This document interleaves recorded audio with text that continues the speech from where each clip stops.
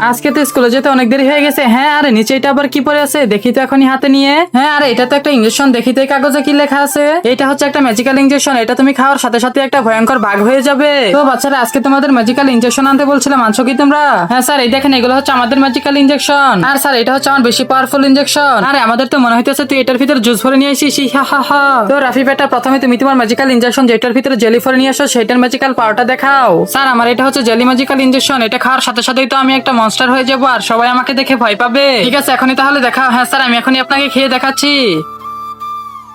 হ্যাঁ, আরে এটা কি? ওরে বাপরে, এ কি? এই মিন্টু, আগের মতো স্বাভাবিক হয়ে যাও, আমার অনেক ভয় লাগতেছে।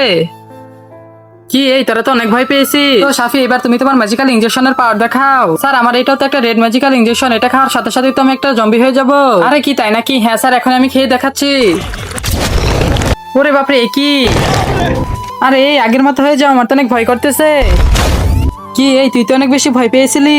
মিন্টু, এবার তো তুমি শেষ, তুমি তোমার ম্যাজিক্যাল ইনজেকশনের পাওয়ারটা দেখাও। স্যার আমার এই ম্যাজিক্যাল ইনজেকশনটা খাওয়ার পর আমি এমন এক ভয়ঙ্কর রূপ নিব, আপনারা দেখে তো সবাই পালিয়ে যাবেন। এই তো আমি এখনই আপনাদেরকে খেয়ে দেখাচ্ছি। কিন্তু তার আগে হে আল্লাহ, যেই পবিত্র কালেমাটি দেখে ভিডিওতে লাইক করে চ্যানেলটি সাবস্ক্রাইব করে দিবে এবং ভিডিওটা 10 জন বন্ধুর কাছে শেয়ার করবে। তুমি তাকে পরীক্ষায় পাশ করে দিও, কমেন্টে বলো আমিন।